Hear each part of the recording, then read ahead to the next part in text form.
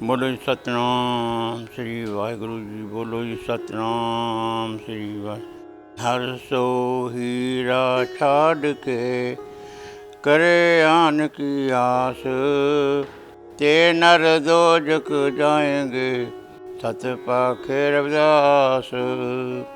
कांशी बनारस जन्म स्थान गुरदास जी। बाबा पिल्ला गुरु सरबिंदा गुरु रहीदास जी। गुरु गरीब संत रमन जी सच्चे पातशाह रसां ਤੋਂ ਮਹੀਨੇ ਨਾਮ ਚਾੜਦੇ ਹਨ ਸੱਚੇ ਪਾਤਸ਼ਾਹ ਜੀ। ਨਵਾਂ ਮਹੀਨਾ ਸ਼ੁਰੂ ਹੁੰਦਾ, ਸਤਸੰਗ ਲੱਖ ਲੱਖ ਵਧਾਈ ਹੋਏ। ਕਰਮਾ ਭਾਗਾਂ ਮਹੀਨਾ ਹੋਵੇ ਜੀ ਸੱਚੇ ਪਾਤਸ਼ਾਹ। ਅੱਸੂ ਦਾ ਮਹੀਨਾ ਸ਼ੁਰੂ ਹੋਇਆ ਜੀ। ਅੱਸੂ ਦਾ ਮਹੀਨਾ ਸ਼ੁਰੂ ਹੋਇਆ, ਸਤਸੰਗ ਲੱਖ ਲੱਖ ਵਧਾਈ ਹੋਵੇ। ਕਰਮਾ ਭਾਗਾਂ ਮਹੀਨਾ ਹੋਵੇ ਜੀ। ਬੋਲੋ ਜੀ ਸਤਨਾਮ ਸ੍ਰੀ ਵਾਹਿਗੁਰੂ।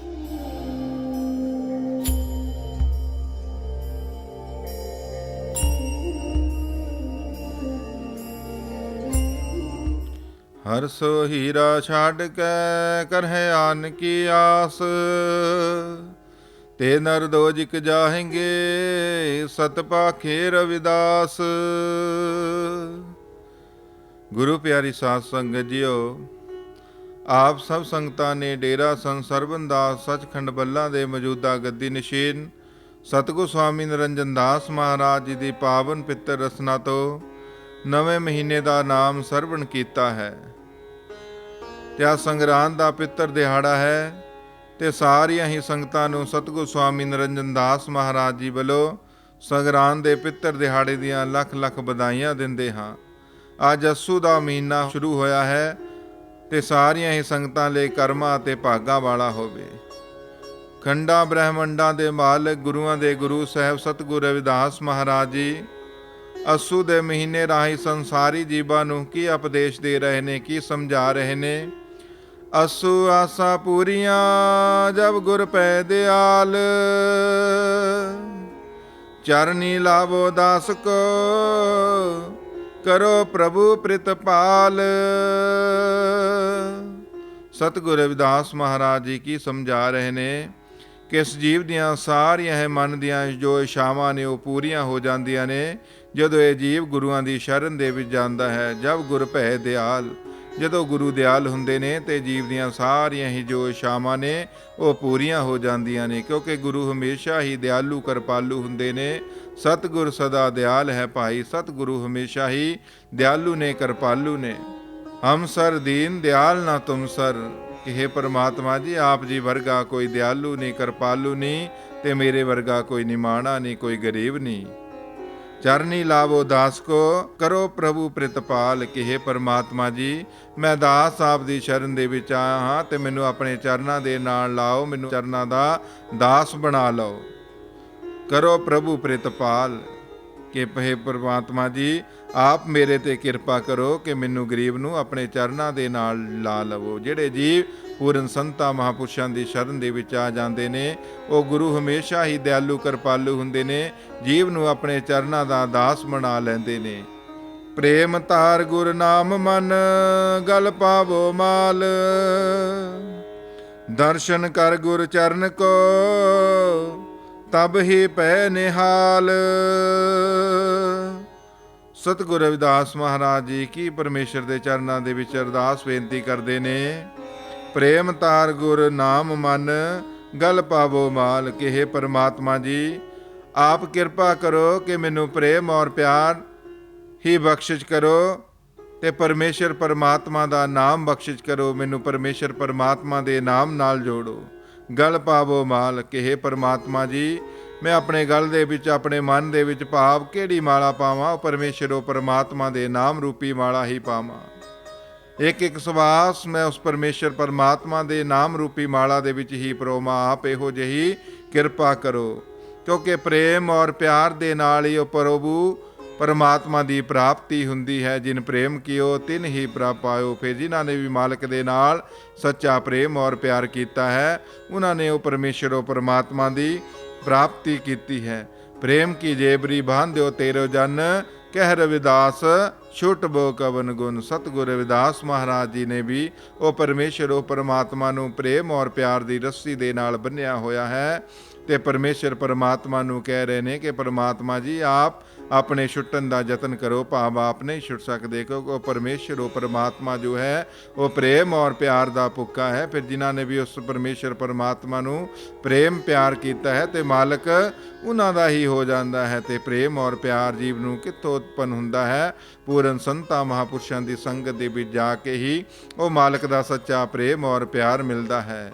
ਹੋਰ ਇਸ ਸੰਸਾਰ ਦੇ ਵਿੱਚ ਕਿਤੇ ਵੀ ਸੱਚਾ ਪ੍ਰੇਮ ਔਰ ਪਿਆਰ ਨਹੀਂ ਮਿਲਦਾ। ਜੇਕਰ ਮਾਲਕ ਦਾ ਸੱਚਾ ਪ੍ਰੇਮ ਔਰ ਪਿਆਰ ਮਿਲਣਾ ਹੈ, ਉਹ ਪੂਰਨ ਸੰਤਾਂ ਮਹਾਂਪੁਰਸ਼ਾਂ ਦੀ ਸੰਗਤ ਦੇ ਵਿੱਚ ਹੀ ਮਿਲਦਾ ਹੈ।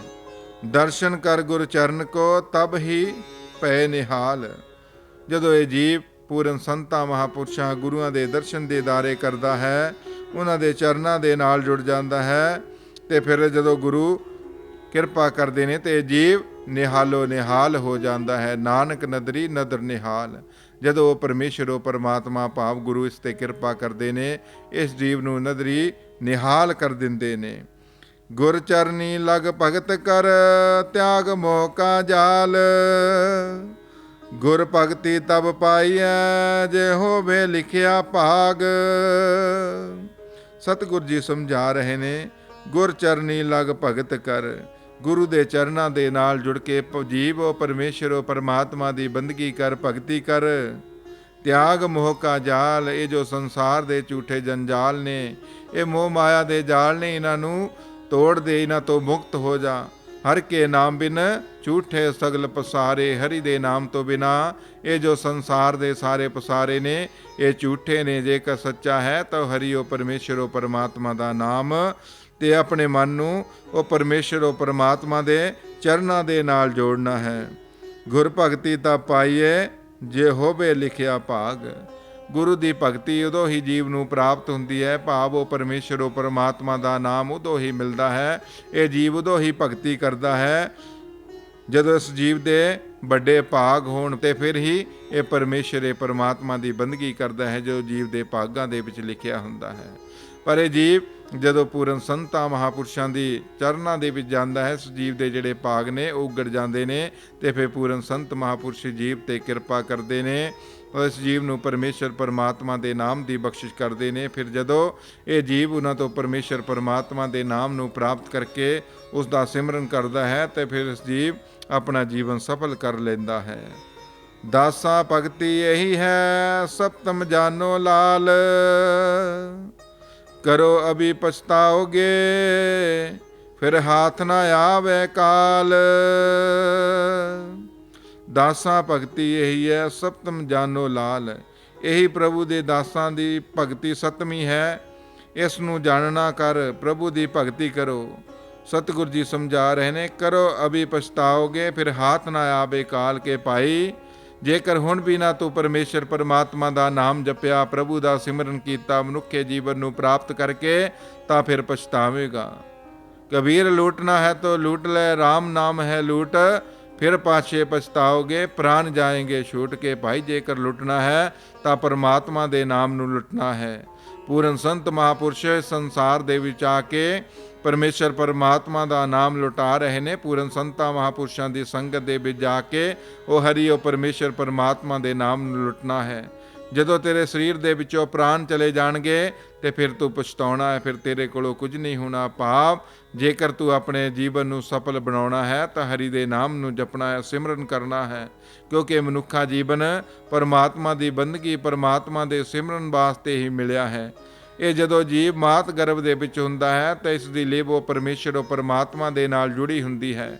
ਇਹ ਹਰ ਵੇਲੇ ਉਸ ਮਾਲਕ ਨੂੰ ਯਾਦ ਕਰਦਾ ਹੈ ਕਿ ਮਾਲਕ ਦੇ ਚਰਨਾਂ ਦੇ ਵਿੱਚ ਕੀ ਅਰਦਾਸ ਬੇਨਤੀ ਕਰਦਾ ਹੈ ਕਿ हे ਮਹਾਰਾਜ, ਮੈਨੂੰ ਇਸ ਤੇਜ ਤਪਨ ਤੋਂ ਬਾਹਰ ਕੱਢੋ ਤੇ ਮੈਂ ਬਾਹਰ ਸੰਸਾਰ ਦੇ ਵਿੱਚ ਜਾ ਕੇ ਵੀ ਆਪ ਦਾ ਸਿਮਰਨ ਕਰਾਂਗਾ, ਆਪ ਦਾ ਨਾਮ ਜਪਾਂਗਾ। ਜਦੋਂ ਇਹ ਜੀਵ ਤੇ ਉਹ ਪਰਮੇਸ਼ਰ, ਉਹ ਪਰਮਾਤਮਾ ਕਿਰਪਾ ਕਰਦਾ, ਇਸ ਨੂੰ ਮਾਤ ਗਰਭ ਤੋਂ ਇਸ ਸੰਸਾਰ ਦੇ ਉੱਪਰ ਭੇਜਦਾ ਹੈ, ਇਸ ਜੀਵ ਦਾ ਜਨਮ ਹੁੰਦਾ ਹੈ, ਤਾਂ ਜੀਵ ਇਸ ਸੰਸਾਰ ਦੇ ਵਿੱਚ ਆ ਕੇ ਫਿਰ ਮੋਹ ਮਾਇਆ ਦੇ ਵਿੱਚ ਫਸ ਜਾਂਦਾ ਹੈ। ਤੇ ਜਿਹੜਾ ਉਹ ਪਰਮੇਸ਼ਰ, ਉਹ ਪਰਮਾਤਮਾ ਦੇ ਨਾਲ ਇਸ ਜੀਵ ਨੇ ਵਾਅਦਾ ਕੀਤਾ ਹੁੰਦਾ ਹੈ ਤਾਂ ਉਸ ਵਾਅਦੇ ਨੂੰ ਭੁੱਲ ਜਾਂਦਾ ਹੈ ਤੇ ਫਿਰ ਸੰਸਾਰ ਦੀ ਮੋਹ ਮਾਇਆ ਦੇ ਵਿੱਚ ਫਸ ਜਾਂਦਾ ਹੈ। ਕਿਸ ਲਈ ਭਾਈ?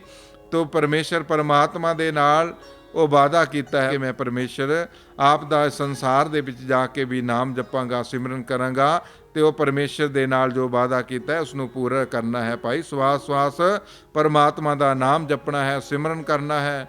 ਜੇਕਰ ਤੂੰ ਫਿਰ ਵੀ ਪਰਮੇਸ਼ਰ ਪਰਮਾਤਮਾ ਦਾ ਨਾਮ ਨਹੀਂ ਜਪਿਆ, ਸਿਮਰਨ ਨਹੀਂ ਕੀਤਾ, ਤਾਂ ਫਿਰ 84 ਦੇ ਚੱਕਰ ਦੇ ਵਿੱਚ ਫਸ ਜਾਵੇਂਗਾ, ਆਉਣ ਜਾਣ ਦੇ ਗੇੜ ਦੇ ਵਿੱਚ ਫਸ ਜਾਵੇਂਗਾ, ਜਨਮ ਮਰਨ ਦੇ ਗੇੜ ਦੇ ਵਿੱਚ ਫਸ ਜਾਵੇਂਗਾ। ਤੇ ਆਪਣੇ ਜੀਵਨ ਨੂੰ ਸਫਲ ਕਰਨਾ ਹੈ ਤਾਂ ਪਰਮਾਤਮਾ ਦਾ ਨਾਮ ਜਪ, ਸਿਮਰਨ ਕਰ, ਫਿਰ ਬੇਲਾ ਤੇਰੇ ਹੱਥ ਨਹੀਂ ਆਉਣਾ। ਇਹ ਦਾਸਾ ਭਗਤੀ ਕੀਨੀ ਬਿਰਲੇ ਵੀਰ, ਸਵਾਸ ਸਵਾਸ ਆਗਿਆ ਰਾਖਿਓ ਧੀਰ। ਸਤਿਗੁਰ ਜੀ ਸਮਝਾ ਰਹੇ ਨੇ ਕਿ ਸੰਸਾਰ ਦੇ ਵਿੱਚ ਕੁਲ ਬਿਰਲੇ ਹੀ ਜੀਵ ਨੇ ਜਿਹੜੇ ਉਹ ਪਰਮੇਸ਼ਰ ਉਹ ਪਰਮਾਤਮਾ ਦੀ ਭਗਤੀ ਕਰਦੇ ਨੇ, ਸਿਮਰਨ ਕਰਦੇ ਨੇ, ਉਹ ਬਿਰਲੇ ਹੀ ਜੀਵ ਨੇ। ਸੰਸਾਰ ਦੇ ਵਿੱਚ ਕੋਈ ਬਿਰਲੇ ਹੀ ਜੀਵ ਨੇ ਜਿਹੜੇ ਉਹ ਪਰਮੇਸ਼ਰ ਉਹ ਪਰਮਾਤਮਾ ਦਾ ਨਾਮ ਜਪਦੇ ਨੇ, ਸਿਮਰਨ ਕਰਦੇ ਨੇ, ਉਹ ਪਰਮੇਸ਼ਰ ਪਰਮਾਤਮਾ ਦੀ ਭਗਤੀ ਕਰਦੇ ਨੇ। ਸਵਾਸ ਸਵਾਸ ਆਗਿਆ ਰਾਖਿਓ ਧੀਰ। ਸਤਿਗੁਰ ਜੀ ਸਮਝਾ ਰਹੇ ਨੇ ਕਿ ਭਾਈ ਇੱਕ ਇੱਕ ਸਵਾਸ ਉਸ ਮਾਲਕ ਦੇ ਲੇਖੇ ਦੇ ਵਿੱਚ ਲਾਉਣਾ ਹੈ, ਪ੍ਰਭੂ ਦੇ ਲੇਖੇ ਦੇ ਵਿੱਚ ਲਾਉਣਾ ਹੈ, ਕਿਉਂਕਿ ਸਵਾਸਾਂ ਦੀ ਬੜੀ ਵੱਡੀ ਕੀਮਤ ਹੈ। ਜਿਹੜੇ ਸਵਾਸ ਉਹ ਪਰਮੇਸ਼ਰ ਉਹ ਪਰਮਾਤਮਾ ਦੇ ਲੇਖੇ ਦੇ ਵਿੱਚ ਲੱਗ ਜਾਂਦੇ ਨੇ, ਉਹਨਾਂ ਦੀ ਕੀਮਤ ਪੈ ਜਾਂਦੀ ਹੈ। ਤੇ ਜਿਹੜੇ ਪਰਮੇਸ਼ਰ ਪਰਮਾਤਮਾ ਦੇ ਨਾਮ ਤੋਂ ਬਿਨਾ ਇਹ ਸਵਾਸ ਵਿਰਤੇ ਚਲੇ ਜਾਂਦੇ ਨੇ, ਉਹਨਾਂ ਦੀ ਕੋਈ ਕੀਮਤ ਨਹੀਂ ਪੈਂਦੀ। ਇਸ ਕਰਕੇ ਆਪਣੇ ਮਨ ਦੇ ਵਿੱਚ ਆਪਣੇ ਗੁਰੂਆਂ ਦੇ ਦੱਸੇ ਹੋਏ ਆਗਿਆ ਨੂੰ ਵਸਾਉਣਾ ਹੈ, ਉਹਨਾਂ ਦੀ ਦੱਸੇ ਹੋਏ ਉਪਦੇਸ਼ਾਂ ਨੂੰ ਆਪਣੇ ਜੀਵਨ ਦੇ ਵਿੱਚ ਵਸਾਉਣਾ ਹੈ, ਫਿਰ ਹੀ ਤੇਰਾ ਸੰਸਾਰ ਦੇ ਵਿੱਚ ਆਉਣਾ ਸਫਲ ਹੈ। ਰਹੇ ਸਦਾ ਵਿੱਚ ਆਗਿਆ ਇਹੋ ਭਗਤ ਮਹਾਨ, ਦਾਸਾਂ ਭਗਤੀ ਇਹੀ ਹੈ ਦਾਸਨ ਦਾਸ ਬਖਾਨ। ਰਹੇ ਸਦਾ ਵਿੱਚ ਆਗਿਆ ਇਹੋ ਭਗਤ ਮਹਾਨ, ਕਿ ਜਿਹੜੇ ਜੀਵ ਸਤਿਗੁਰਾਂ ਦੀ ਆਗਿਆ ਦੇ ਵਿੱਚ ਰਹਿੰਦੇ ਨੇ ਉਹ ਜੀਵ ਮਹਾਨ ਹੁੰਦੇ ਨੇ। ਜਿਹੜੇ ਪਰਮੇਸ਼ਰ ਪਰਮਾਤਮਾ ਦੀ ਭਗਤੀ ਕਰਦੇ ਨੇ, ਪੂਰਨ ਸੰਤਾਂ ਮਹਾਂਪੁਰਸ਼ਾਂ ਦੀ ਗੁਰੂਆਂ ਦੀ ਆਗਿਆ ਦੇ ਵਿੱਚ ਰਹਿ ਕੇ ਪਰਮੇਸ਼ਰ ਪਰਮਾਤਮਾ ਦੀ ਬੰਦਗੀ ਕਰਦੇ ਨੇ, ਉਹ ਜੀਵ ਮਹਾਨ ਹੁੰਦੇ ਨੇ। ਦਾਸਾਂ ਭਗਤੀ ਇਹੀ ਹੈ ਦਾਸਨ ਦਾਸ ਬਖਾਨ, ਕਿ ਸਤਿਗੁਰ ਜੀ ਸਮਝਾ ਰਹੇ ਨੇ ਕਿ ਸੱਚੀ ਭਗਤੀ ਇਹੀ ਹੈ ਜਿਹੜੇ ਗੁਰੂਆਂ ਦੀ ਆਗਿਆ ਦੇ ਵਿੱਚ ਰਹਿ ਕੇ ਪਰਮੇਸ਼ਰ ਪਰਮਾਤਮਾ ਦੀ ਬੰਦਗੀ ਕਰਦੇ ਨੇ, ਸਿਮਰਨ ਕਰਦੇ ਨੇ, ਉਹ ਮਾਲਕ ਦੇ ਸੱਚੇ ਦਾਸ ਬਣ ਕੇ ਪਰਮਾਤਮਾ ਦਾ ਨਾਮ ਜਪਦੇ ਨੇ। ਇਹੀ ਭਗਤੀ ਸੱਚੀ ਹੈ। ਬੁੱਧ ਸੁਧ ਤਬ ਹੋਏ ਹੈ ਪਾਵੇ ਨਿਰਮਲ ਗਿਆਨ, ਅਸੂ ਪੂਰਨ ਆਸ ਸਭ ਗੁਰੂ ਦੇਵ ਬਖਿਆਨ।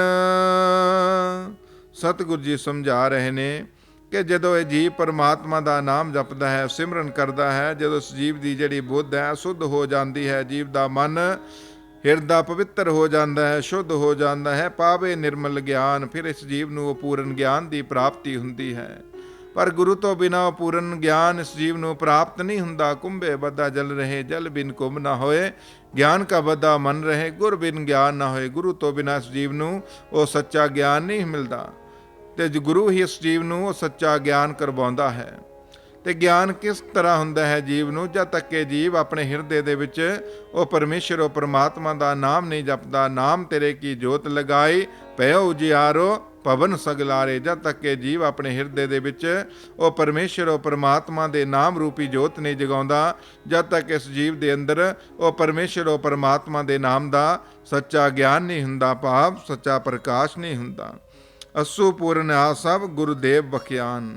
ਜਦੋਂ ਇਹ ਜੀਵ ਪੂਰਨ ਸੰਤਾਂ ਮਹਾਂਪੁਰਸ਼ਾਂ ਦੀ ਸ਼ਰਨ ਦੇ ਵਿੱਚ ਚਲਾ ਜਾਂਦਾ ਹੈ, ਗੁਰੂਆਂ ਦੀ ਸ਼ਰਨ ਦੇ ਵਿੱਚ ਚਲਾ ਜਾਂਦਾ ਹੈ, ਤਾਂ ਇਸ ਜੀਵ ਦੀਆਂ ਸਾਰੀਆਂ ਹੀ ਇਛਾਵਾਂ ਜੋ ਨੇ ਉਹ ਪੂਰੀਆਂ ਹੋ ਜਾਂਦੀਆਂ ਨੇ।